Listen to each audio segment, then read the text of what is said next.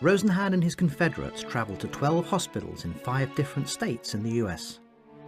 To try to get a more representative sample, some of the hospitals were old, some new, some were short-staffed, others well-staffed. After calling for an appointment, the would-be patients presented themselves at the hospitals. They didn't act crazy like Nellie Bly had done. They just faked a single symptom.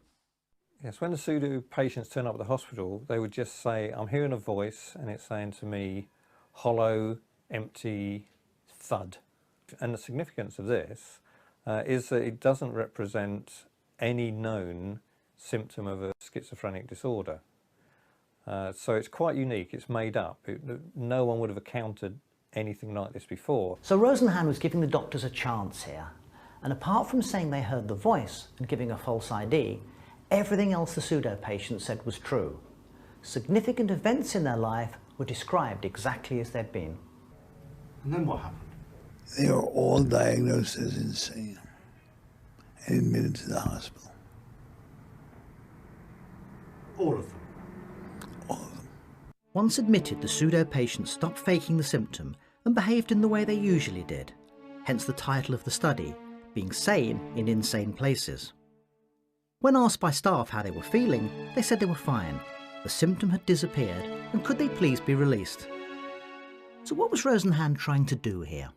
There were 2 aims to the study. The first one, principally, was to investigate psychiatric labels as to whether these would be used in situations where they weren't appropriate. The second aim of the study was to get some data on what it's actually like to be a patient in a psychiatric hospital.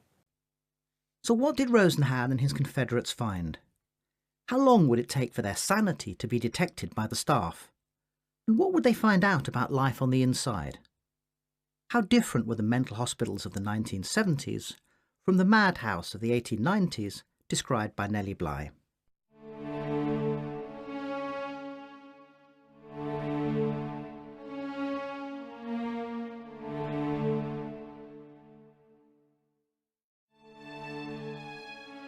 Despite the fact that the hospitals chosen were not particularly bad ones, and the pseudo-patients behaved quite normally throughout their stay, none of them were ever detected by any member of the hospital staff. And this surprised even Rosenhan. But I told friends, I told my family, I get out when I can get out. That's all. Be there for a couple of days and I get out.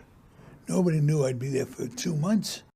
Being sane in insane places, then, was also a covert participant observation study of the experience of being hospitalised in a psychiatric ward. The term we use to describe the experience is dehumanized. Nobody talks to you. Nobody has any contact with you. The average contact of patients with staff was about 6.5 minutes a day. Nobody comes to visit.